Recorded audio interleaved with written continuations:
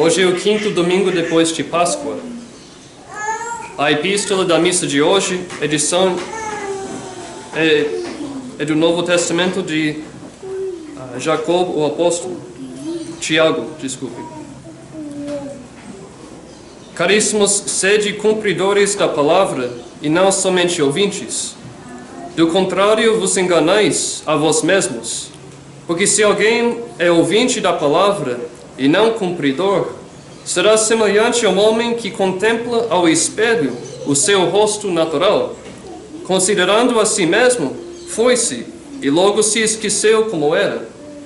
Mas quem atentamente fixar a sua vista na lei perfeita da liberdade e nela perseverar, não sendo ouvinte esquecidiço, senão cumpridor da obra, será bem-aventurado pelo que praticar. Se alguém se julga religioso, mas não refreia a sua língua e ilude o seu próprio coração, sua religião é vã. A religião pura e sem mácula diante de Deus, o Pai, é esta: visitar os órfãos e as viúvas em suas tribulações e conservar-se puro da corrupção deste mundo. E o Santo Evangelho de hoje é São João. Naquele tempo disse Jesus a seus discípulos: em verdade vos digo, se pedirdes a meu Pai alguma coisa em meu nome, Ele vos dará. Até agora nada pedistes em meu nome. Pedi e recebereis, para que a vossa alegria seja completa. Estas coisas vos disse em parábolas. Vem uma hora em que já não vos falarei em parábolas, mas abertamente vos falarei do Pai. Naquele dia pedireis em meu nome, e não vos digo que hei de rogar por vós ao Pai, pois o próprio Pai vos ama, porque vós me amastes e crestes que eu saí de Deus. Saí do Pai e vim ao mundo. Deixo outra vez o mundo e eu vou ao Pai. Disseram-lhe os discípulos: eis que agora nos falais claramente e não usais nenhuma parábola. Agora conhecemos que sabeis tudo e que não tendes necessidade de que alguém vos interrogue. Por isso cremos que saístes de Deus. Essas são as palavras do Santo Evangelho de hoje. Podemos se sentar.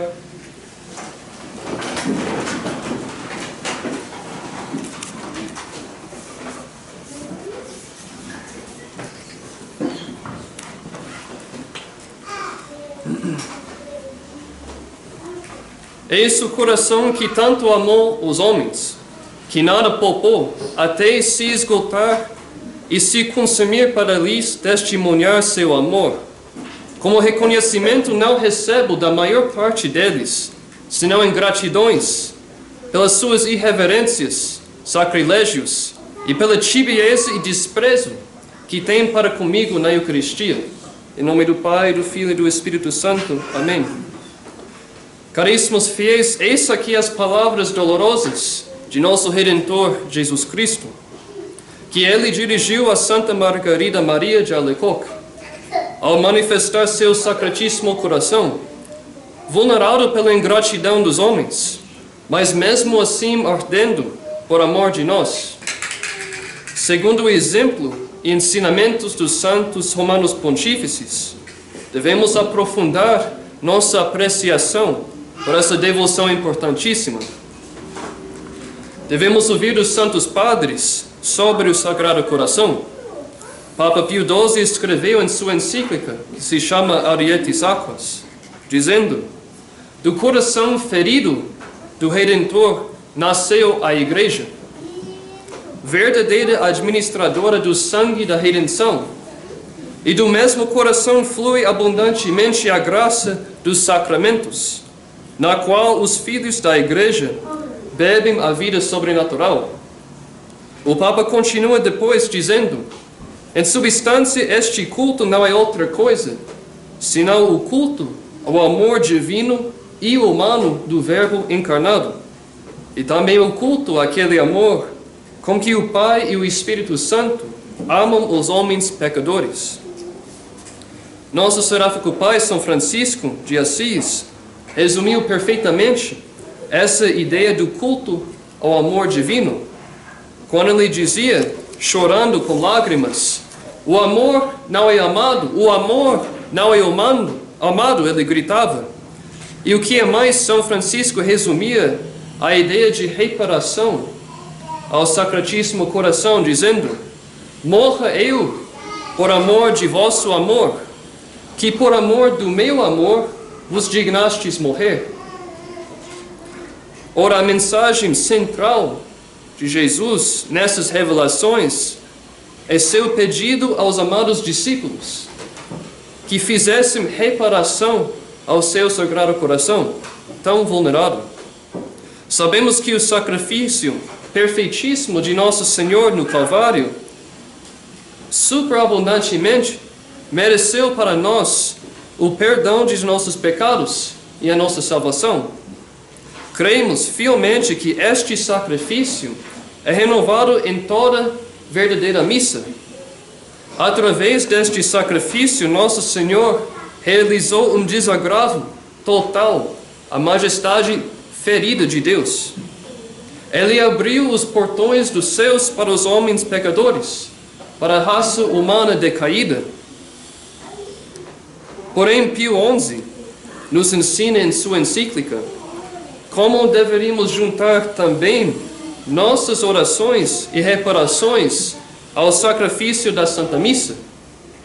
Ele diz, a este sacrifício augustíssimo eucarístico deve-se juntar uma oblação tanto dos ministros quanto de todos os fiéis, para que estes também possam se oferecer como uma hóstia viva, santa, agradável a Deus. Por essa razão, o apóstolo nos admoesta que, trazendo sempre em nosso corpo os traços da morte de Jesus, e sendo sepultados com Cristo, e tornados o mesmo ser com Ele, por uma morte semelhante à sua, nós devemos não só crucificar nossa carne com as paixões e concupiscências, fugindo da corrupção que há no mundo, mas para que a vida de Jesus se manifeste em nossos corpos, sendo participantes do seu eterno sacerdócio, devemos também oferecer dons e sacrifícios pelos pecados.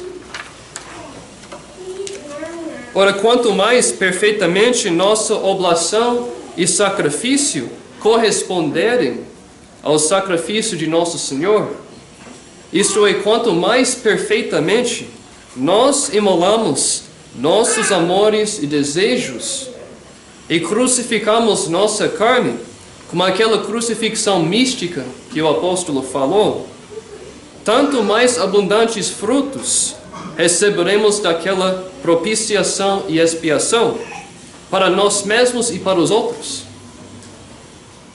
Então, bem como a consagração ao Sagrado Coração de Jesus proclama e confirma esta união com Cristo, também o ato de reparação a esse mesmo coração inicia aquela união, lavando nossos pecados, e aperfeiçoa essa união por participar nos sofrimentos de Cristo, e consuma a união por oferecer vítimas pelos irmãos.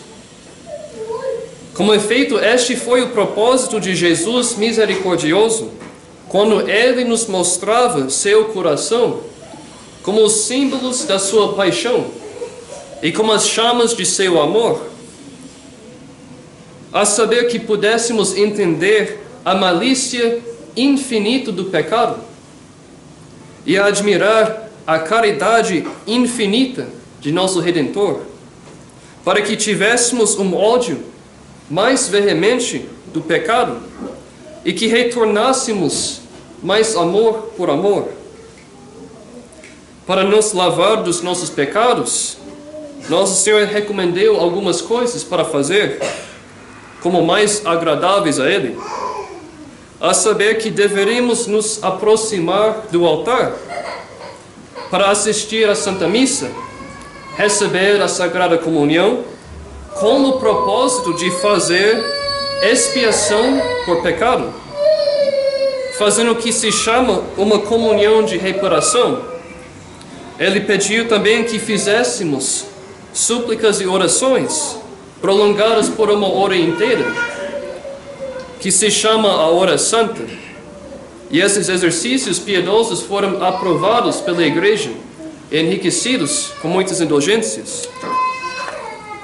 Devemos anotar aqui que essa Hora Santa pode ser realizada mesmo em casa, mesmo que estejamos longe da Igreja.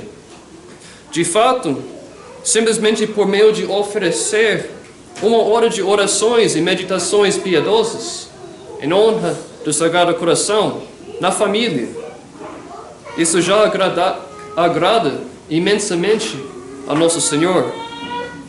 E isto recomendo a todos que não têm a possibilidade de assistir à missa e comungar nas primeiras sextas-feiras de 9 meses consecutivos. Papa Pio XI trata uma pergunta que talvez alguns tenham, por não serem familiarizados com essa devoção. Pois de fato há muitos que têm imagens do Sagrado Coração, mas que pouco sabem sobre essa devoção. O Papa pergunta: mas como estes ritos de expiação podem trazer consolo agora, enquanto Cristo já reina na bem-aventurança dos céus? E para responder a tal pergunta, podemos usar as palavras de Santo Agostinho: dai-me alguém que ama, e ele entenderá o que digo. Para qualquer um que tem um grande amor a Deus, se ele considera os Evangelhos e medita sobre Cristo, e o vê laborando pelo gênero humano, aflito, sofrendo as agruras as mais amargas por nós homens e por nossa salvação, desgatado com tristeza, com angústia, até ferido por nossas iniquidades, e nos sarando com seus ferimentos, como poderia haver dúvida? Verdadeiramente os pecados dos homens e seus crimes cometidos em toda época foram a causa pela qual Cristo foi entregue à morte. E agora mesmo poderiam causar a morte de Cristo, junto com as mesmas dores e tristezas, porque cada pecado grave, em uma maneira, renova a paixão de Cristo. Como São Paulo ensina, que os pecadores ofendem a Nosso Senhor, crucificando de novo o Filho de Deus em si mesmos, e o expõem à ignomínia pelo pecado mortal. Ora, se a alma de Cristo ficou em uma tristeza mortal no Jardim das Oliveiras, se seu corpo suou sangue quando ele considerou o peso inimaginável do pecado passado, presente e futuro, não poderia haver dúvida, pois que ele também derivou consolo e solácio de nossas reparações previstas, quando apareceu-lhe um anjo do céu que o confortava, para que seu coração oprimido com fadiga e angústia pudesse achar consolo. E agora, inclusive, de maneira maravilhosa e ainda verdadeira, podemos e devemos consolar aquele mesmo coração que está continuamente vulnerado pelos pecados dos homens ingratos, porque Cristo Ele mesmo reclama que foi abandonado por seus amigos, como lemos no texto inspirado dos Salmos: esperei que alguém se condoesse de mim, e não houve ninguém. Esperei que alguém me consolasse, e não achei.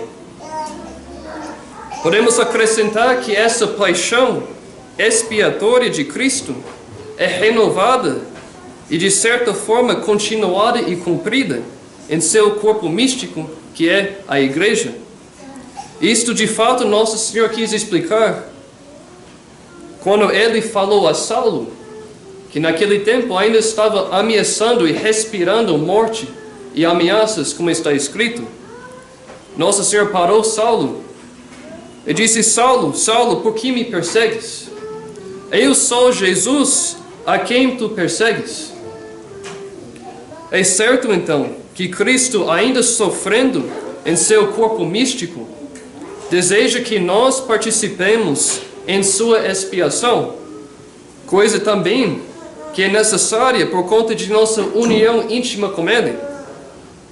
Pois somos o corpo de Cristo e membros de membro. Tudo que a cabeça sofre, todos os membros sofrem juntos.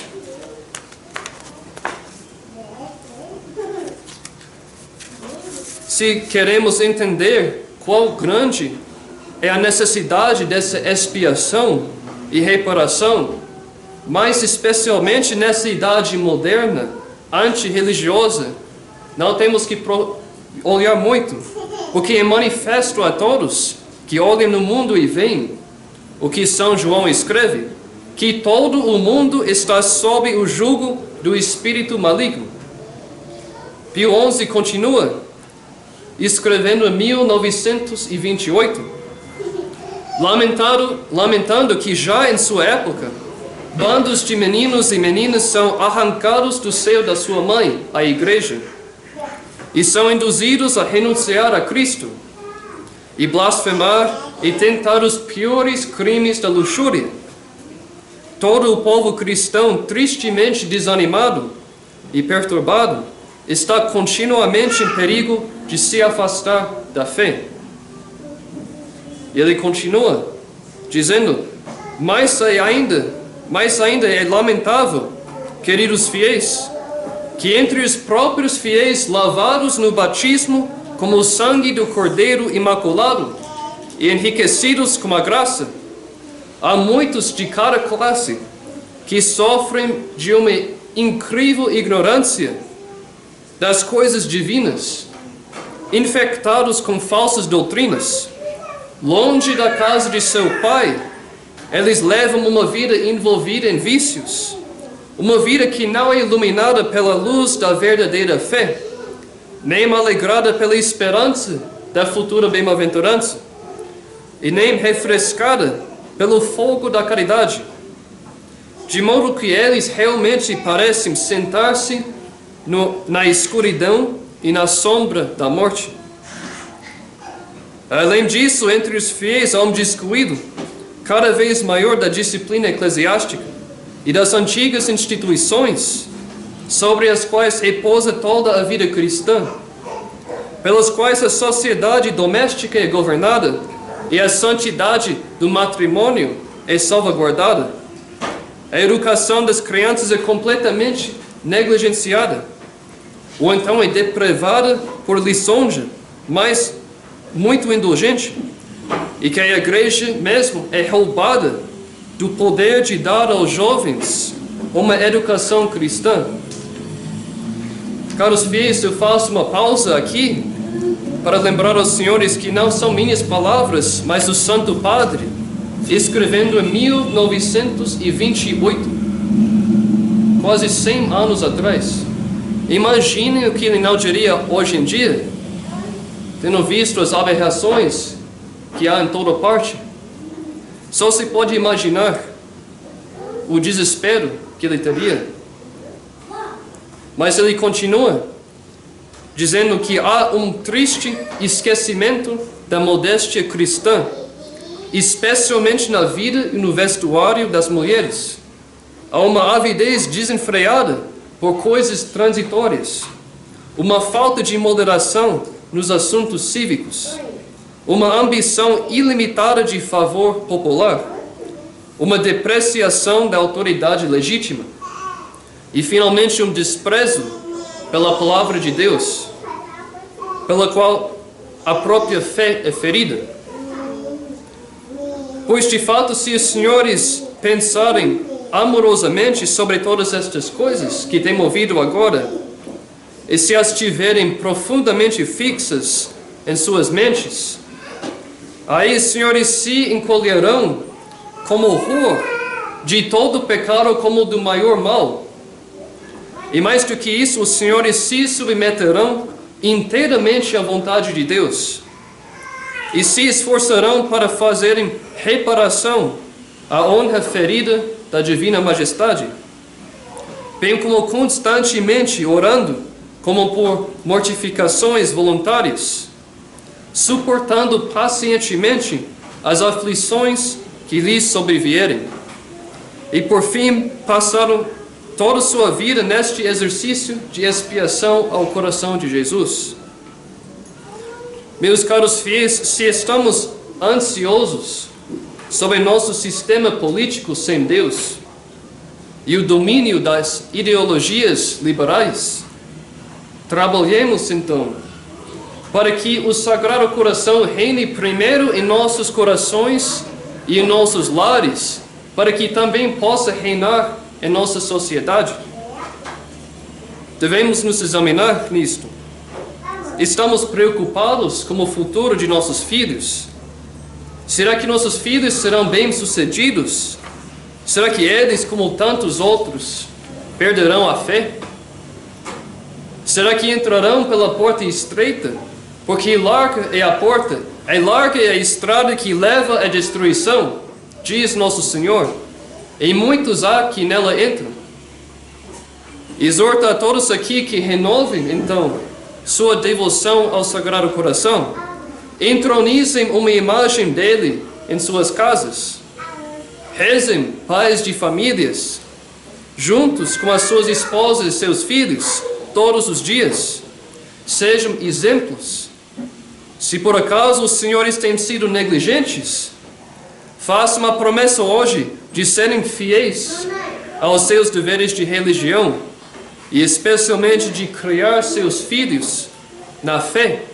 Como diz São Paulo: vós, pais, não provoqueis os vossos filhos à ira, mas educai-os na disciplina e correção do Senhor. Deus Todo-Poderoso não vai exigir tanto um relato de se seus filhos se tornaram ricos e bem-sucedidos. Mas ai dos pais que vão ao seu juízo particular, tendo negligenciado seriamente ensinar e corrigir seus filhos, que não deram bom exemplo, que os deixaram manter má companhia, que não cuidavam de ver se seus amigos estão afastando as suas crianças de Cristo. Os pais que não protegeram seus filhos das outras ocasiões de pecado, como o que vem pela internet e pela televisão. Nosso Senhor disse aos seus discípulos: é impossível que não venham escândalos, porém ai daquele por quem eles vêm. Seria melhor para ele que lhe fosse posta ao pescoço a mão de um moinho e que fosse precipitado no mar, do que ser causa de escândalo para um destes pequeninos. Mas não se desesperem. Deus é infinitamente bom e poderoso. Ele dá abundantes graças àqueles que lhe pedirem. Portanto, exorto todos aqui a responderem à chamada do Sagrado Coração, de viver uma vida de reparação, oração, penitência e bom exemplo. E para acender ainda mais este amor mais perfeito de Jesus crucificado, eu vou simplesmente lembrar aos senhores das 12 promessas que Nosso Senhor fez aos seus devotos que praticarem essa santa devoção. Sejam consolados por estas generosas promessas, que elas inspirem nos senhores o desejo santo de reformarem as suas vidas. Nosso Senhor disse a Santa Margarida Maria: eu lhes darei todas as graças necessárias em seu estado de vida. Eu estabelecerei a paz nas suas casas. Eu os consolarei em todas as suas aflições. Serei eu o seu refúgio seguro durante a vida e, sobretudo, na morte. concederei abundantes bênçãos sobre todos os seus empreendimentos. Os pecadores encontrarão em meu coração a fonte e o oceano infinito da misericórdia. As almas mornas tornar-se-ão fervorosas, e as almas fervorosas subirão rapidamente à perfeição. Abençoarei todo lugar em que uma imagem do meu coração for exposta e honrada. Darei aos sacerdotes o dom de tocar nos corações mais endurecidos. Os que promoverem esta devoção terão os seus nomes inscritos em meu coração, nunca serem apagados. E agora sua última e mais famosa promessa.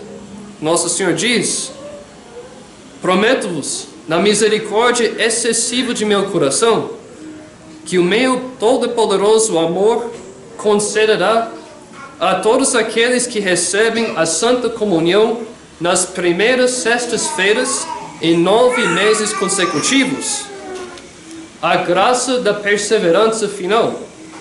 Eles não morrerão em minha desgraça, nem sem receberem os sacramentos.